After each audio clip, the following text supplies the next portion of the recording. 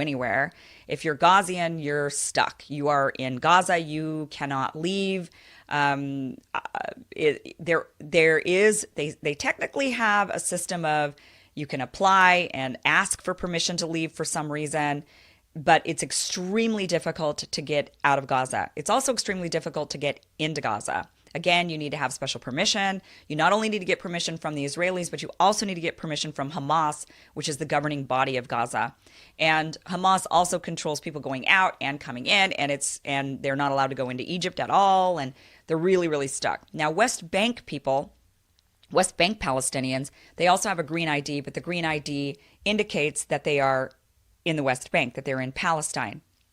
These people are not able to go to, they're only allowed to travel inside the West Bank. Now, they can go to Gaza with special permission, but again, it's very, very difficult. Usually, the only people from the West Bank who are allowed to get permission into Gaza are people with first-degree relatives in Gaza, typically former Gazians that used to live there and then they left, and they're allowed to go in for special circumstances. The people in the West Bank, they're not allowed to travel anywhere in Jerusalem. They cannot use the Tel Aviv airport. They're not allowed to even go into Jerusalem. They are only allowed to stay in the West Bank. And if they want to fly in and out and go anywhere around the world, they've got to go into Jordan. So now this is where it gets really complex. And this is where it gets really, really challenging for people. So let's say you're from Jerusalem. Now, East Jerusalem is filled with Palestinians, but it's under annexation of Israel. So the Jerusalemites, if you're a Jerusalemite and you want to go to college, you're probably going to go to college in Ramallah, which is inside the West Bank. So let's say you're a college student, you go to Ramallah, and you're a young man from Jerusalem, your family's in Jerusalem, your parents, and you meet a nice girl in Ramallah, and she's from, let's say, Bethlehem. And you fall in love and you want to marry her. Well, even though the cities are really close to one another, everybody's in fairly close proximity, this young girl from Bethlehem is not able to move with you to Jerusalem. It's not allowed. Your only option is to move into Bethlehem or anywhere else in the West Bank with her, because she's not allowed into Jerusalem. Even though East Jerusalem is technically, according to international law, it belongs to the Palestinians. The Israelis have annexed it and they control it, and they don't allow Palestinians to immigrate into it, but they do let you leave. So this young man would have to move into the West Bank. If he does this, he loses his Jerusalemite identification, which means he loses his freedom of movement. So then, right now, as a Jerusalemite, he's able to travel anywhere in Israel, anywhere in Jerusalem, anywhere in the West Bank, and he can fly out of Tel Aviv. However, once he decides to move to Bethlehem or Ramallah or wherever with this young girl, he gives all that up, including his ability to visit his own parents. This is where it creates family separation. Now this young man has to decide between his parents, who are inevitably going to age and need his help, or the love of his life, who he wants to make a family with. And this is a very common issue with Palestinians living in that region. So if he leaves and he goes, then the only way he can see his parents are if his parents travel into the West Bank to visit. But he's not allowed to go back into Jerusalem to see his own home, to visit his own childhood, neighborhood, and to see his own parents without special permission. So if he leaves and gives up his Jerusalemite identification and gets the green ID rather than the blue ID, he's going to have to ask the Israelis for special permission to visit his own home that he was born and raised, and to visit his own parents. This creates immense strife, immense confusion and complication for the Palestinians, and it's by design. The idea really is that the Israelis have a desire to completely overtake Jerusalem, and they'd rather the Palestinians leave. It kind of makes it to where many Palestinians living in Jerusalem, when some of their family members have to move and live outside of Jerusalem, it makes many of them say, you know what, life's just easier if we move along with them. So it gets those older people out of Jerusalem and into the West Bank so that their homes can then be sold to others to take over, so to Israelis, for them to take over the region. That is really the purpose of it. So this creates a lot of issues and a lot of strife. Now, people that are living in the West Bank with the green passport, with the green identification, So the passports is where things get really tricky too. Um, Most people living in the West Bank are issued Jordanian passports. So the country of Jordan will give Palestinians a temporary passport from their nation in order to allow the Palestinians to travel throughout the world. The reason is because Palestinians, they're greatly helped by the Jordanians, but also they use the Jordanian airport to get in and out. They're not allowed into Tel Aviv. They've got to go through to Jordan. This creates a huge amount of complication for them to travel out of the country because they've got to go through Palestinian border control. They got to go through Israeli border control because the Israelis control the border. Even though the West Bank borders Jordan, the Israelis actually control that border.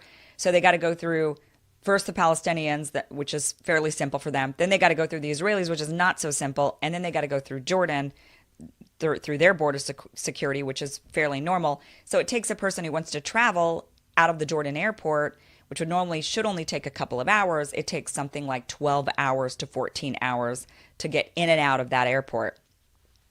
So those who carry the green, they're only allowed to fly out of Jordan. They're not allowed to fly out of Tel Aviv. Those who carry the blue are able to fly out of Tel Aviv.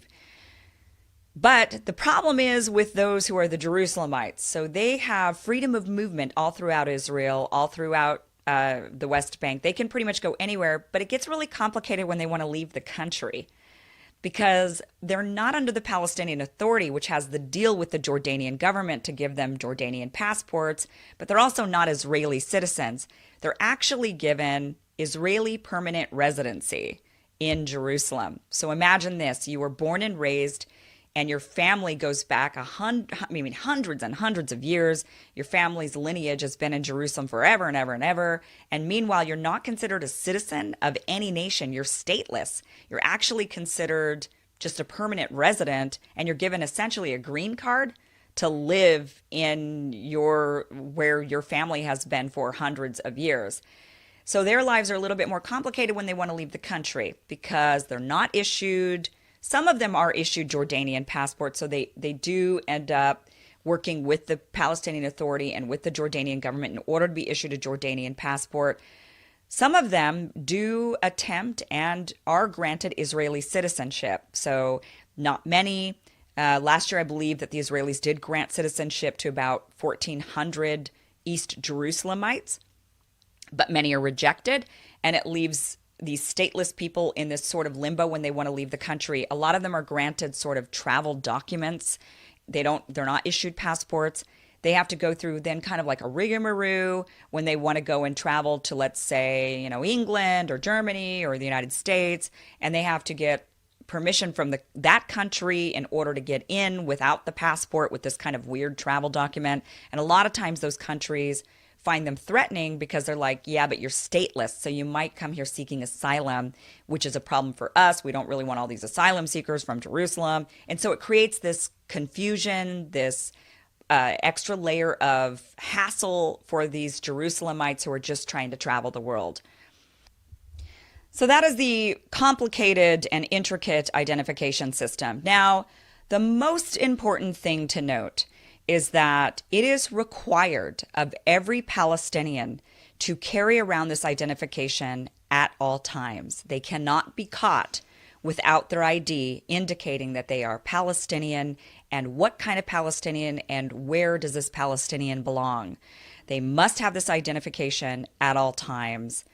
Let that sink in for just a second.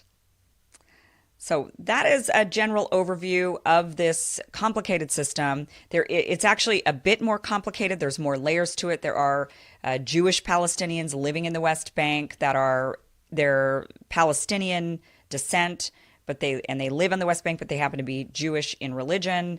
So there's some complication there. There's also complication for American citizens who are trying to immigrate into the West Bank. and build up the West Bank. These are Americans who maybe immigrated they're Palestinians who maybe immigrated to the United States in the 60s, and they tried to come back during the Oslo Accords to help build up the country. Or it's the children of those people, and they're there running businesses. They're under a very complicated identification system as well, where their travel is also limited once the Israelis find out that they're Palestinian descent living in the West Bank. Even though they're Americans, even though they're paying tax dollars to the Israelis, they're still restricted. They're given a visa that says Judea and Samaria only, meaning they're not allowed to travel into even Jerusalem or into Israel. They're not allowed to go anywhere. They do get a special provision where they're allowed to fly in and out of Tel Aviv when they leave the country. So they get a little bit of a better situation than those carrying the green identification. But even American citizens who are Palestinian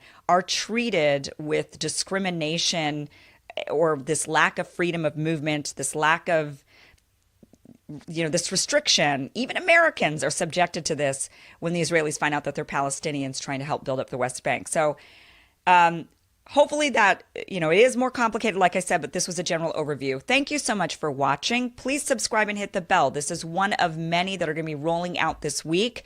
Palestinian lives are in danger. Benjamin Netanyahu announced that he plans to annex the Jordan Valley this coming Wednesday.